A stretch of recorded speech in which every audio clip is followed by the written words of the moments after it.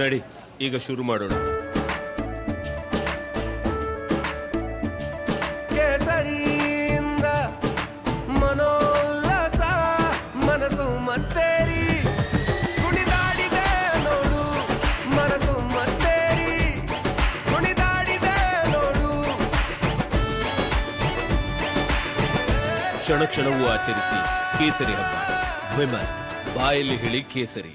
Prajwal pen drive ಪ್ರಕರಣಕ್ಕೆ ಮತ್ತೊಂದು ಸ್ಫೋಟಕ ಟ್ವಿಸ್ಟ್ ಸಿಕ್ಕಿದೆ. ಈ ಪ್ರಕರಣದಲ್ಲಿ ಕ್ಷಣ ಕ್ಷಣಕ್ಕೂ ಕೂಡ ಟ್ವಿಸ್ಟ್ ಸಿಗ್ತಾನೆ ಇದೆ.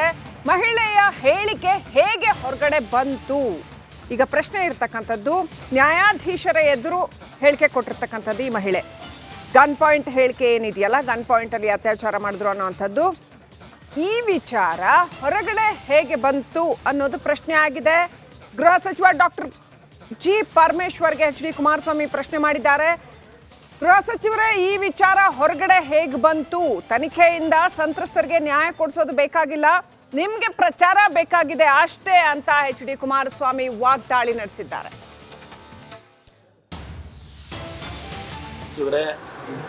ಜಡ್ಜ್ ಮುಂದೆ ನೀವು ರಹಸ್ಯ ಕರ್ಕೊಂಡೋಗಿ ಹೇಳಿಕೆ ಕೊಡಿಸಿದ ಮೇಲೆ ಆ ಹೇಳಿಕೆಯನ್ನು ಇವತ್ತು ಮಾಧ್ಯಮದಲ್ಲಿ 2021 ಅಂತಕ್ಕಂಥ ಒಂದು ವಿಶ್ವ ಹೇಳಿ ಇದನ್ನು ಗನ್ ಪಾಯಿಂಟು ಅದೇನೋ ಹೇಳ್ಕೊಂಡು ಹೇಳಿಕೆ ಕೊಡಿಸಿದ್ದೀವಿ ಅಂತ ಹೇಳಿದಿರಲ್ಲ.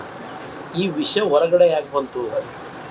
ಜಡ್ಜ್ ಮುಂದೆ 4 ಗೋಡೆ ಮಧ್ಯದಲ್ಲಿ ಸೀಕ್ರೆಸಿ ಮೇಂಟೈನ್ ಮಾಡಬೇಕಾದಂಥ ಈ ರೀತಿಯ ಹೇಳಿಕೆಗಳು ಮಾಧ್ಯಮದ ಯಾಕೆ ಬಂದಿದೆ? ಗೃಹ ಸಚಿವರೇ, ಈ ರೀತಿಯ ಲೀಕ್ ಮಾಡ್ತಕ್ಕಂಥದ್ರ ಮುಖಾಂತರ ಈ ಒಂದು ತನಿಖೆನಲ್ಲಿ ಸತ್ಯಾಂಶ ಹೊರಗೆ ತರ್ತೀರ ನೀವು? ಜನತೆಗೆ ಬಿಡ್ತೀನಿ, ಇವೆಲ್ಲ ವಿಷಯಗಳು ಯಾವ ರೀತಿ ನಡೀತಿದೆ ಜನತೆ ತೀರ್ಮಾನ ಮಾಡ್ತಾರೆ. ಜಡ್ಜ್ ಮುಂದೆ ನೀವು ರಹಸ್ಯ ಕರ್ಕೊಂಡೋಗಿ ಹೇಳಿಕೆ ಕೊಡಿಸಿದ ಮೇಲೆ ಆ ಹೇಳಿಕೆಯನ್ನು ಇವತ್ತು ಮಾಧ್ಯಮದಲ್ಲಿ 2021 ಅಂತಕ್ಕಂಥ ಒಂದು ವಿಶ್ವ ಹೇಳಿ ಇದನ್ನು ಗನ್ ಪಾಯಿಂಟು ಅದೇನೋ ಹೇಳ್ಕೊಂಡು ಹೇಳಿಕೆ ಕೊಡಿಸಿದ್ದೀವಿ ಅಂತ ಹೇಳಿದಿರಲ್ಲ. ಈ ವಿಷಯ ಹೊರಗಡೆ ಯಾಕೆ ಬಂತು? ಜಡ್ಜ್ ಮುಂದೆ 4 ಗೋಡೆ ಮಧ್ಯದಲ್ಲಿ ಸೀಕ್ರೆಸಿ ಮೇಂಟೈನ್ ಮಾಡಬೇಕಾದಂಥ ಈ ರೀತಿಯ ಹೇಳಿಕೆಗಳು ಮಾಧ್ಯಮದ ಯಾಕೆ ಬಂದಿದೆ? ಗೃಹ ಸಚಿವರೇ, ಈ ರೀತಿಯ ಲೀಕ್ ಮಾಡ್ತಕ್ಕಂಥದ್ರ ಮುಖಾಂತರ ಈ ಒಂದು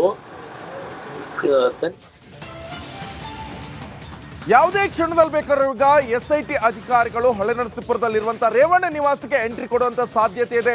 ಈ ಹಿನ್ನೆಲೆಯಲ್ಲಿ ಈಗಾಗಲೇ ಅಲ್ಲಿ ಎಲ್ಲ ರೀತಿಯಾದಂತಹ ಬಂದೋಬಸ್ತ್ ಅಲ್ಲಿನ ಸ್ಥಳೀಯ ಪೊಲೀಸರು ವಹಿಸಿಕೊಂಡಿದ್ದಾರೆ. ಯಾವುದೇ ಕ್ಷಣದಲ್ಲೂ ಕೂಡ ರೇವಣ್ಣ ನಿವಾಸಕ್ಕೆ SIT ಅಧಿಕಾರಿಗಳು ಎಂಟ್ರಿಯನ್ನ ಕೊಡಲಿದ್ದಾರೆ. ಹೊಳೆನರಸೀಪುರ ನಿವಾಸದಲ್ಲಿ ಸ್ಥಳ ಮಹಜರನ್ನ ನಡೆಸಲಿದ್ದಾರೆ. ಮನೆ ಬಳಿ ಸ್ಥಳೀಯ ಪೊಲೀಸರಿಂದ ಬಿಗಿ ಬಂದೋಬಸ್ತ್ ಕೂಡ ಏರ್ಪಾಡು ಮಾಡಲಾಗಿದೆ. ಸಂತ್ರಸ್ತೆ ಸಮ್ಮುಖದಲ್ಲೇ ಸ್ಥಳ ಮಹಜರು ಆಗುವಂತ ಎಲ್ಲ ಸಾಧ್ಯತೆ ಇರುವಂತದ್ದು. ಈಗಾಗಲೇ ಸ್ಥಳೀಯ ಪೊಲೀಸರಿಗೆ ಮಾಹಿತಿಯನ್ನ SIT ಅಧಿಕಾರಿಗಳು ಕೊಟ್ಟಿದ್ದಾರೆ.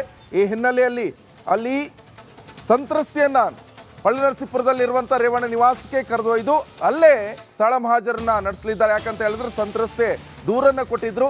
ಈ ಕೃತ್ಯ ಲೈಂಗಿಕ ದೌರ್ಜನ್ಯ ಕೃತ್ಯ, ಅಶ್ಲೀಲ ವಿಡಿಯೋ ಸೆರೆ ಹಿಡಿದಿರುವಂಥದ್ದು ಇದೇ ರೇವಣ್ಣ ನಿವಾಸದ ಮನೆಯಲ್ಲಿ, ಹೊಳೆನರಸೀಪುರದಲ್ಲಿರುವಂತಹ ನಿವಾಸದ ಮನೆಯಲ್ಲಿ ಅಂತ ಲೈವ್ ದೃಶ್ಯವನ್ನ ನೀವು ಗಮನಿಸ್ತಾ ಇರ್ಬೋದು. ಹೊಳೆನರಸೀಪುರದಲ್ಲಿರುವಂತಹ ರೇವಣ್ಣ ನಿವಾಸ ಇದು. ಈಗಾಗಲೇ ಅಲ್ಲಿನ ಸ್ಥಳೀಯ ಪೊಲೀಸರು ಕೂಡ ಅಲ್ಲಿ ಹಾಜರಿದ್ದಾರೆ. ಬಿಗಿ ಪೊಲೀಸ್ ಬಂದೋಬಸ್ತನ್ನು ಕೂಡ ಏರ್ಪಾಡು ಮಾಡಲಾಗಿದೆ. ಈಗಾಗಲೇ ರೇವಣ್ಣ ಅವರಿಗೂ ಕೂಡ ಲುಕೌಟ್ ನೋಟಿಸ್ ಕೂಡ ನೀಡಿದ್ದಾರೆ. ಆದರೆ ಮನೆಯೊಳಗೆ ಭವಾನಿ ರೇವಣ್ಣ ಇದ್ದಾರೆ ಎನ್ನುವಂತ ಸದ್ಯದ ಮಾಹಿತಿ ಲಭ್ಯವಾಗ್ತಾ ಇದೆ. ಆದರೆ SIT ಅಧಿಕಾರಿಗಳು ಬೆಂಗಳೂರಿನಿಂದ ಹಾಸನದ ಹೊಳೆನರಸೀಪುರಕ್ಕೆ ಭೇಟಿಯನ್ನು ಕೊಡಲಿದ್ದಾರೆ. ಅಲ್ಲಿ ಹೋಗಿ ಸ್ಥಳ ಮಹಾಜರನ್ನ ನಡೆಸಲಿದ್ದಾರೆ. ರೇವಣ್ಣ ನಿವಾಸದಲ್ಲಿ ಏನು ಕೃತ್ಯ ನಡೆದಿದೆ ಅಲ್ವಾ, ಆ ಸಂತ್ರಸ್ತೆ ದೂರಿನ ಅನ್ವಯ ಈಗ SIT ಅಧಿಕಾರಿಗಳು ನೇರವಾಗಿ ಸ್ಥಳ ಪರಿಶೀಲನೆ ನಡೆಸಲಿದ್ದಾರೆ. ಇರೋಣ ಕಾಲ ಐತೆ, ಕಾಲ್ ಮೇಲೆ ಹಾಕ್ಬಿಡ.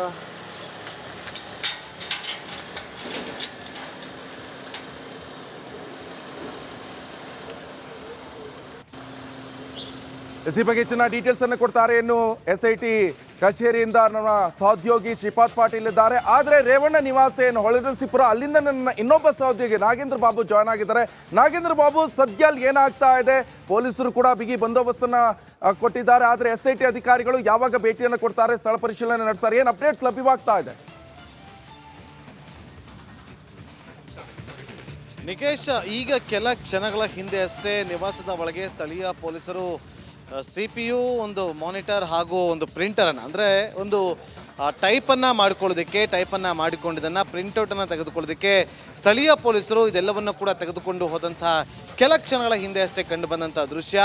ಪ್ರಮುಖವಾಗಿ ಇನ್ನು 20 ರಿಂದ 25 ನಿಮಿಷದ ಒಳಗಾಗಿ SIT ತನಿಖಾ ತಂಡ ಹೊಳೆನರಸೀಪುರದಲ್ಲಿರುವಂತಹ ಈ ಒಂದು ನಿವಾಸಕ್ಕೆ ಆಗಮಿಸ್ತಾರೆ. ಈ ನಿವಾಸಕ್ಕೆ ಆಗಮಿಸುವಂಥ ಹಿನ್ನೆಲೆಯಲ್ಲಿ ಸಾಕಷ್ಟು ಮುಂಜಾಗ್ರತಾ ಕ್ರಮವನ್ನು ಕೂಡ ಸ್ಥಳೀಯ ಪೊಲೀಸ್ ಇಲಾಖೆಯಿಂದ ತೆಗೆದುಕೊಳ್ಳಲಾಗಿದೆ.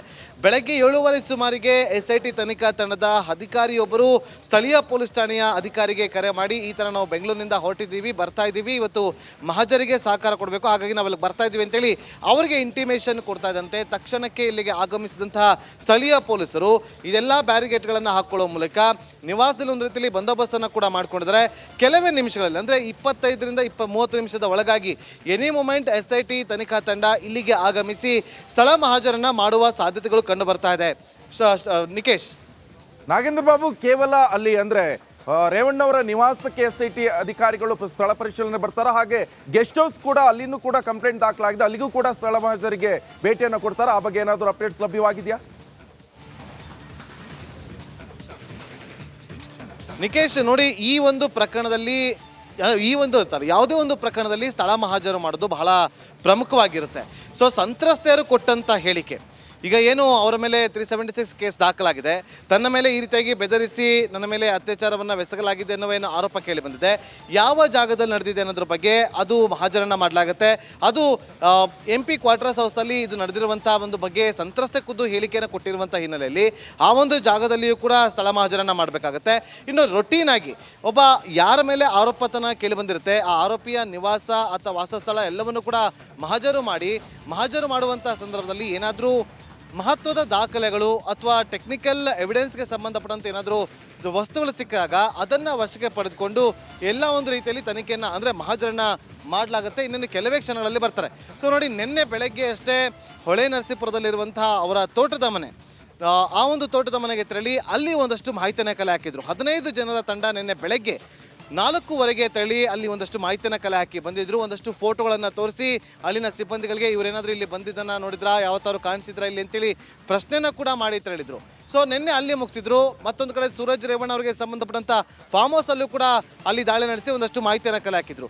ಇವತ್ತು ಜನರಲ್ ಪ್ರೊಸೀಜರ್ ಹಿನ್ನೆಲೆಯಲ್ಲಿ ಒಂದು ರೀತಿಯಲ್ಲಿ ಮಹಾಜರನ್ನ ಮಾಡುವಂಥ ಒಂದು ಕೆಲಸಕ್ಕೆ SIT ಮುಂದಾಗಿದೆ. ಹಾಗಾಗಿ ಎಲ್ಲೆಲ್ಲಿಗೆ ಹೋಗ್ತಾರೆ ಅನ್ನುವ ಕುತೂಹಲ, ಒಂದು ಕಡೆ ತೋಟದ ಮನೆಗೂ ಹೋಗಿ ಮಹಾಜರನ್ನ ಮಾಡ್ಬೋದು, ನಿವಾಸಕ್ಕೂ ಕೂಡ ಆಗಮಿಸಿ ಇಲ್ಲೂ ಮಹಾಜರನ್ನ ಮಾಡ್ಬೋದು, MP ಕ್ವಾರ್ಟರ್ಸ್ ಏನಿದೆ ಹಾಸನದಲ್ಲಿ ಅಲ್ಲಿಯೂ ಕೂಡ ಮಹಾಜರನ್ನ ಮಾಡ್ಬೋದು, ಬೆಂಗಳೂರಲ್ಲಿರುವಂಥ ರೇವಣ್ಣ ಅವರ ನಿವಾಸ ಆಗಿರ್ಬೋದು, ಪ್ರಜ್ವಲ್ ರೇವಣ್ಣ ಅವರ ಮೇಲೆ